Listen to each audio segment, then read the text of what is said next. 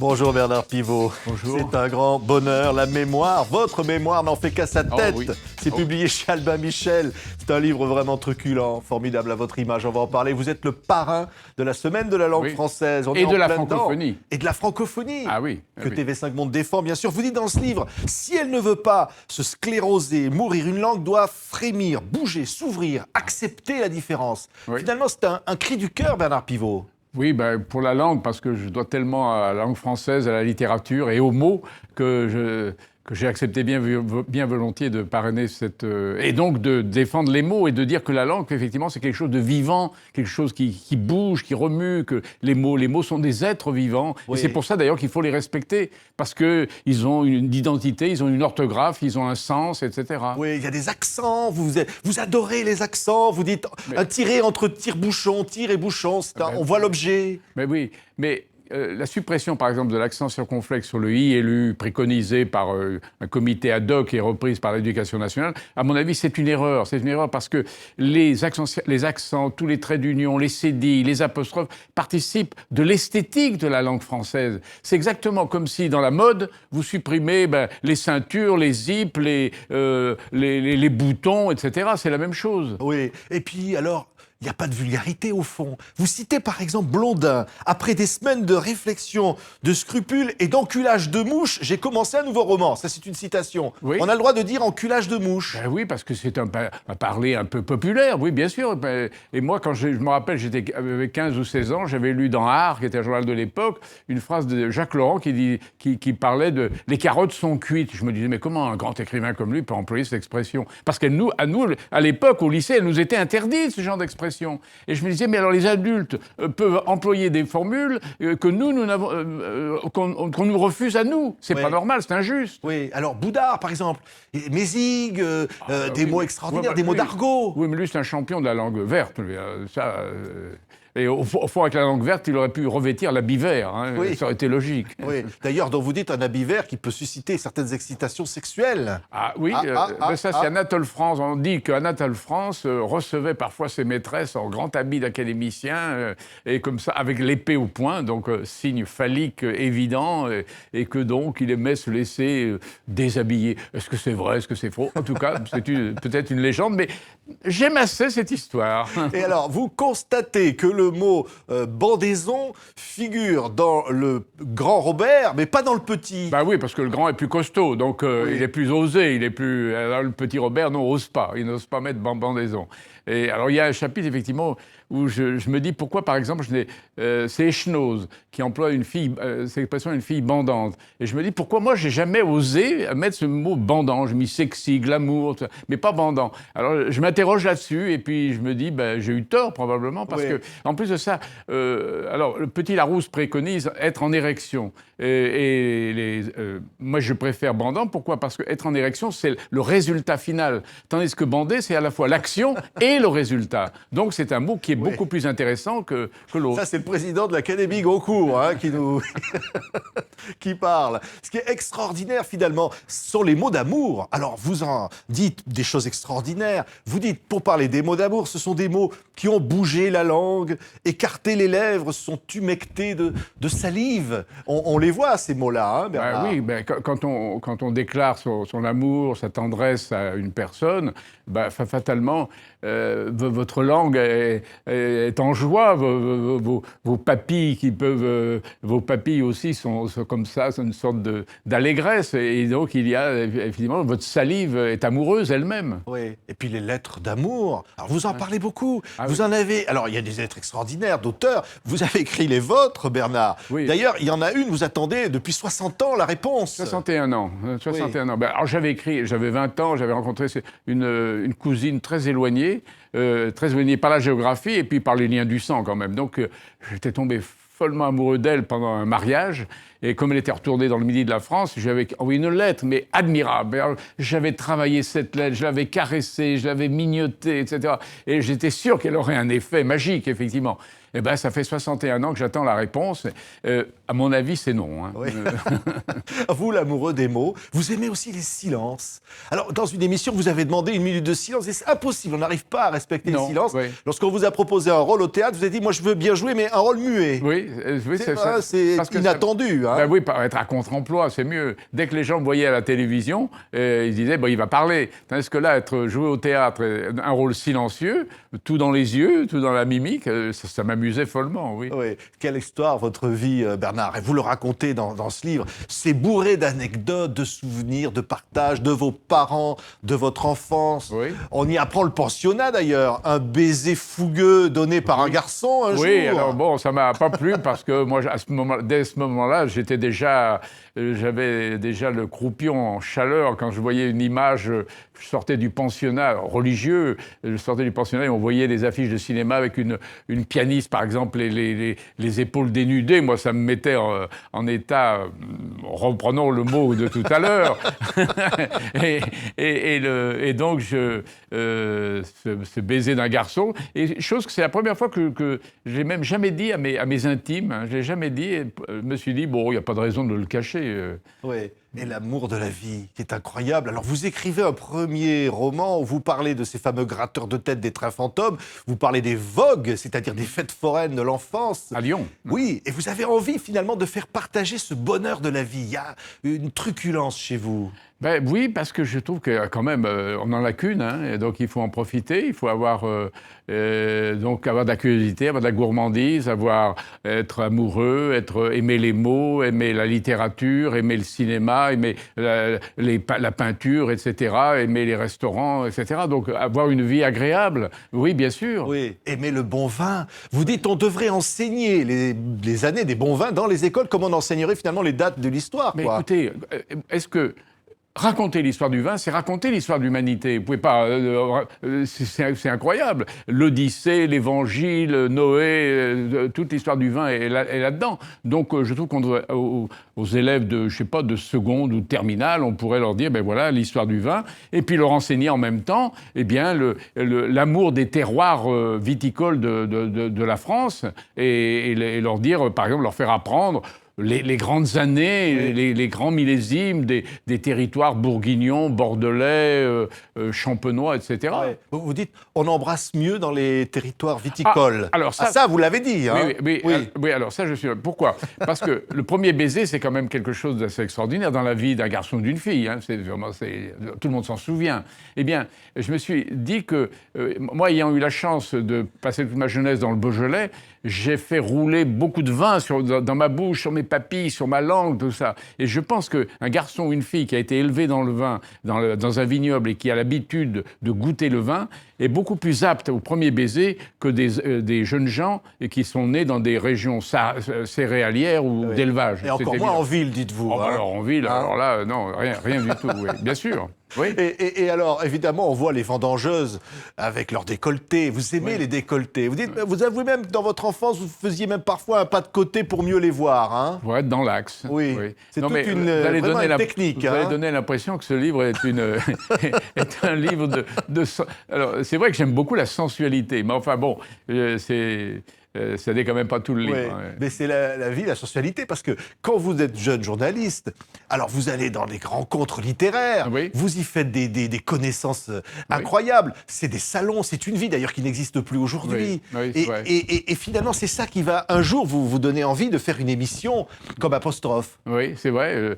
Mais maintenant, je me rends compte de la chance que j'ai eue, jeune journaliste, par exemple, de rencontrer Karen Blixen, l'auteur de La ferme africaine, du festin de Babette. Et j'ai emmené chez Drouan, au prix Goncourt, et j'ai vu arriver une dame, c'était un an avant sa mort, une sorte de petit insecte fragile qui n'a pratiquement rien mangé rongé par la syphilis. Oui, rongé par la syphilis que lui avait donné son mari le jour de ses noces. Pas sympa, ça. Oui. Voilà. Et donc... C'est vrai que je parle aussi de Françoise Sagan, de Jean d'Ormesson, de Romain Gary. D'Ormesson qui vous vire du Figaro. Non, mais il vire pas. Avec les indemnités, vous achetez une piscine que vous baptisez de son nom. Hein. Non, c'est moi qui pars. C'est moi qui pars, mais je suis moralement obligé de quitter le journal à ce moment-là quand il en devient le directeur. J'explique pourquoi. Mais ce serait trop long. C'est extraordinaire, parce que tout ça, évidemment, nous mène à Apostrophe, les souvenirs. Alors, évidemment, vous parlez de Bukowski qui quitte le plateau complètement bourré. Vous dites, c'est pas le plus grand souvenir, moi qui aime le vin, mais quand même. Ah non, non. Vous étiez content quand il est parti. Hein. Non, attendez, je préfère garder les souvenirs de Nabokov, Solzhenitsyn, de Duras, de Cohen, etc., plutôt que de Bukowski. Mais le souvenir le plus populaire dans la tête des Français et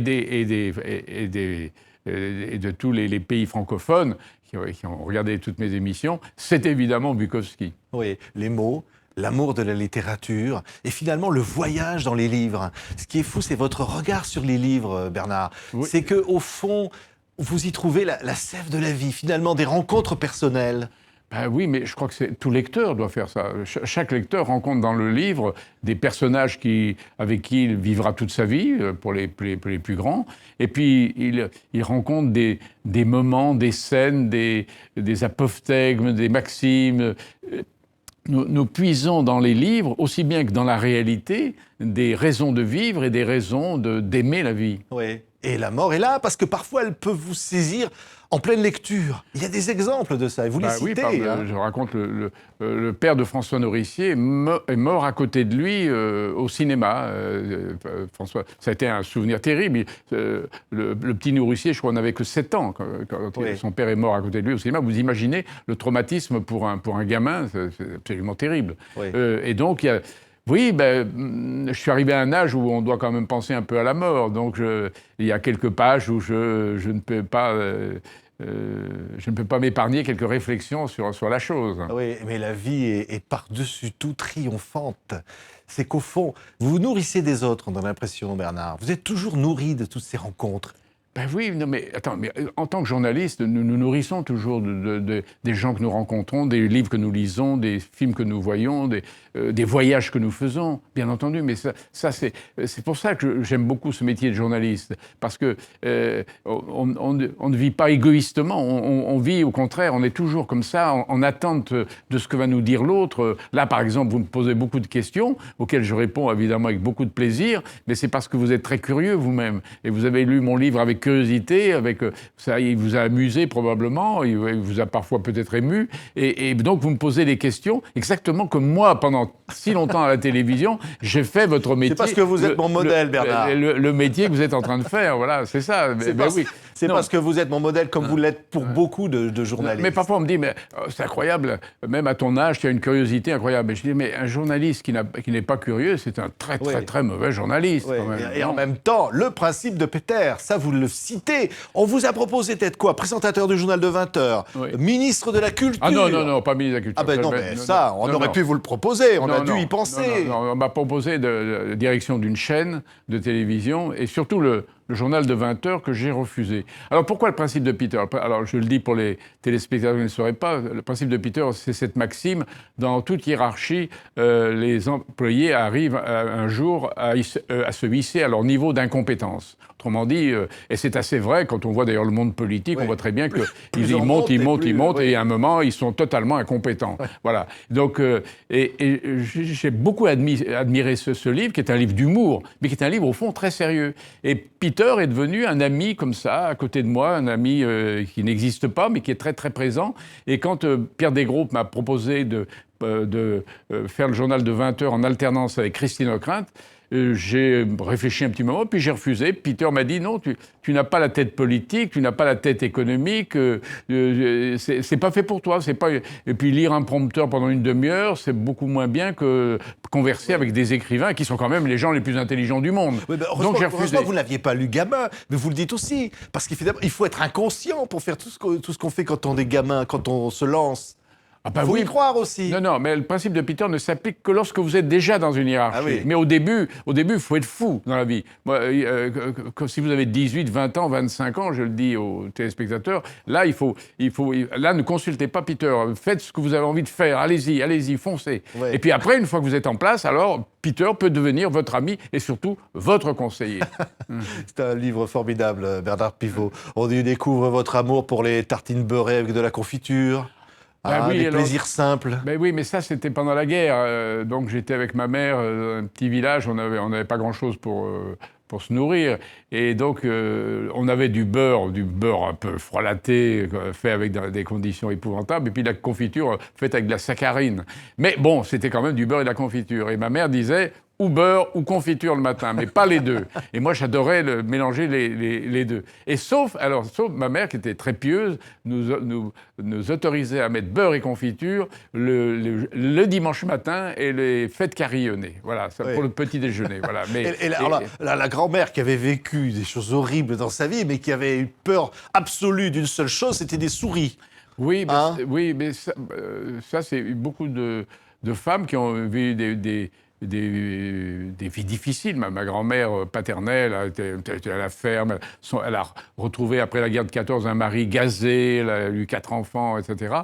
Et donc, elle a eu une vie absolument terrible. Mais alors, une petite souris la mettait dans un état... Et je raconte ça parce que Françoise Sagan raconte que, justement, sa mère, elle fait le portrait de sa mère, qui était une femme assez extraordinaire. Vous vous rendez compte, la mère de Sagan... Quand à l'Exode, elle a quitté Paris avec les autres, elle est revenue quelques jours après à Paris parce qu'elle avait oublié ses chapeaux. C'est quand même assez extraordinaire. Et donc, elle raconte que à Lyon, pendant la guerre, par un bombardement de l'armée américaine, je crois, sur le quartier de Vèze à Lyon, elle refusait de descendre dans les caves. Et, une fois, un jour, quand même, elle est descendue parce qu'il fallait préserver ses enfants. Mais elle avait peur de rien. Sauf qu'en remontant, il y avait une souris. D'un seul coup, elle a été effrayée, absolument. Donc, c'est étonnant quand même, cette phobie des souris. Alors, vous faites plein de citations littéraires, souvent en tête des chapitres. Alors là, il y a une citation qui va vous rappeler le grand amour de votre vie. « Baise mon corps, rebaise-moi et baise, donne-moi un de plus ». C'est ça? Donne-moi un de tes plus savoureux, donne-moi un de tes plus chaleureux, j'en rendrai 4 plus chauds que braise. C'est l'un des 24 sonnets du grand amour de votre vie. Vous racontez un chapitre, finalement, vous l'avez aimé et vous l'avez invité apostrophe. Oui. Donc Louise Labbé, poète médiévale, alors j'imagine une apostrophe de rêve, donc chez elle à Lyon. Mais surtout, alors, je rends la chose un peu coquine, puisque sans le dire à personne, et en tout cas pas au réalisateur, et surtout pas ni aux téléspectateurs, ni à la direction de la chaîne, elle était ma maîtresse depuis 6 mois. Donc, quand j'arrive avec les techniciens, je fais semblant de découvrir les lieux, alors que j'en suis évidemment le familier, souvent la nuit. Et à la fin, au dîner avec toute l'équipe, on vous dit « Non, vous n'avez pas été terrible, là, Bernard, ce soir. » Oui, parce que... C'est dur de faire une interview de quelqu'un avec lequel on a une relation d'amour. Oui, c'est vrai que c'est pas facile. Et surtout que je raconte que pendant cette petite interview, enfin cette longue interview de Louise Labbé, parce que c'est un tête-à-tête qui dure 1h10, à un certain moment, j'ai eu une petite crise de jalousie. Parce que je me rends compte que les 4 vers que nous avons cités tous les deux au début, eh bien évidemment, c'est pas pour moi qu'elle les a écrits. Elle les a écrits pour quelqu'un d'autre. Donc c'est quand même un peu douloureux. Vous avouez que peut-être vous auriez pu inviter finalement un auteur parce qu'elle est plutôt à égalité. C'est plutôt si elle était belle que moins belle. C'est la beauté, ça va. Enfin, j'aurais invité Louise Labbé, qui était une femme très belle, en fait, d'après ce que l'on dit. Mais même si elle n'a pas été belle, parce que sa poésie est tellement sublime que de toute façon, je l'aurais invitée. Oui. Mais il y a des gens qui ressemblent à leur... Je n'aurais pas été son amant. Voilà, c'est ça que vous voulez me faire dire. Hein, c'est ça, voilà. Ce qui est beau dans la poésie de ce que vous écrivez, Bernard, c'est qu'on y rêve. C'est qu'effectivement, on pense à Balzac, on pense à tous les grands auteurs. Mais vous dites finalement, certains ressemblent à leur œuvre, d'autres pas. Et finalement, il y en a, vous dites même aussi parfois, qui sont stars avant de l'être, ou qui... Enfin, il y a une sorte de destin. Non, mais il y a le physique, parfois, qui ressemble à une œuvre. C'est-à-dire que Balzac, on le voit très bien, sa robustesse, il ressemble à la comédie humaine, on le voit très bien. En revanche, prenez Zola, il ne correspond pas du tout à son œuvre, Zola, absolument pas. Prenez, je trouve que Proust, il a une sorte d'élégance très proustienne. Il est proustien. Je sais pas, moi, je trouve que Flaubert n'a pas un physique qui correspond à son œuvre.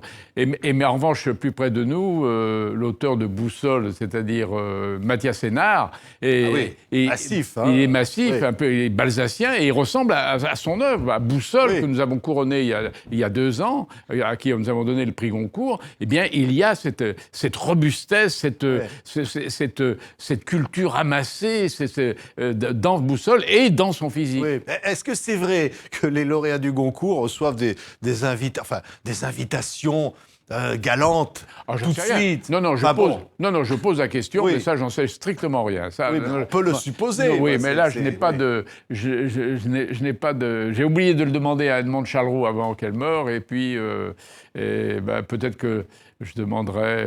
je ne sais pas, peut-être qu'un jour... Oui. Non, je ne peux pas vous renseigner, là, excusez-moi. Mais le bonheur de partager. Alors, à un moment, vous avez un petit coup de griffe contre Fabrice Lucchini, qui a été critiqué la télévision pour sa capacité à transmettre la culture. On voit bien que tout ce que vous avez fait, Bernard, c'est que la télévision est un outil extraordinaire. J'admire beaucoup Lucchini, hein. J'ai une admiration sans borne pour lui, et je l'ai souvent invité, je vais voir ses spectacles. Mais là, je n'ai pas compris comment dans son livre, tout d'un coup, il dédaignait la télévision en tant que passage de la culture. Moi, même si la télévision n'envoie par ces émissions culturelles qu'une personne sur 1000 au cinéma, au théâtre ou dans les librairies, elle remplit son office. Je trouve que la télévision... elle n'est pas aussi culturelle qu'on le désirait, vous et moi, bien entendu. Mais quand même, il y a des émissions culturelles à la télévision française. Il y a surtout des documents dans lesquels on apprend beaucoup de choses sur la vie, sur le monde. Et donc la télévision a un rôle à la fois d'information et un rôle d'incitation, d'excitation même, à quitter le poste et aller au cinéma, au théâtre, dans les librairies et lire. Ou aller acheter les livres comme on le faisait tous le lendemain d'apostrophe. Et voilà. Ah, extraordinaire. Tiens, je vous cite une phrase. Monsieur Solers, de grâce, un mot. Philippe, c'est mon tour. Ça vous rappelle quoi, ça? C'est mon premier petit papier écrit jeune journaliste dans le Figaro littéraire et signé de mes 2 initiales, BP. Parce que quand je suis entré, évidemment, je ne savais pas grand-chose. Et le rédacteur en chef nous avait fait des petites brèves, des informations, des échos, des tweets. On ne disait pas encore des tweets à l'époque. Et puis, j'ai commencé à me dégourdir, aller dans et il y a eu un cocktail aux éditions du Seuil en 1958, où il y avait Solers qui avait été célébré, dont le premier roman, Une curieuse solitude, avait été célébré par Aragon et par Mauriac, excusez du peu. Et puis, il y avait Jean Dernelier déjà, il y avait Bertrand Poirot-Delpech, c'était tout des nouveaux. Et donc, j'ai fait un petit papier, et Solers était le roi de ce cocktail de rentrée littéraire aux éditions du Seuil. Et donc, j'ai fait mon petit... Et alors, le rédacteur en chef, Maurice Noël, ayant lu le papier, lui a dit « Ah, c'est pas mal. Eh bien, pour la première fois, je vais mettre vos initiales, donc BP, il a mis, et c'est le premier papier publié dans la presse littéraire. » Ouais, mes lectures, pour des bagatelles, des sottises, des frivolités, des riens qui sont nos vies, des signes de ponctuation et d'adieu. Ah oui. C'est ça, finalement. Oui, il y a beaucoup de choses dans la vie. Il y a les chats, il y a les vins, vous les avez signalés, mais il y a je sais pas, il y a tellement de choses. Tout le souvenir, tous les souvenirs que nous avons à la fois de nos morts, mais des écrivains. Pour moi, ce serait un chroniqueur sportif devant vous, il vous dirait moi j'ai des souvenirs de boxeurs, d'haltérophiles, de joueurs de football. Moi, c'est les écrivains et je loue le Seigneur, ou la chance en tout cas, de m'avoir fait rencontrer ceux dont je vous disais tout à l'heure qu'ils étaient les plus intelligents du monde, c'est-à-dire les écrivains.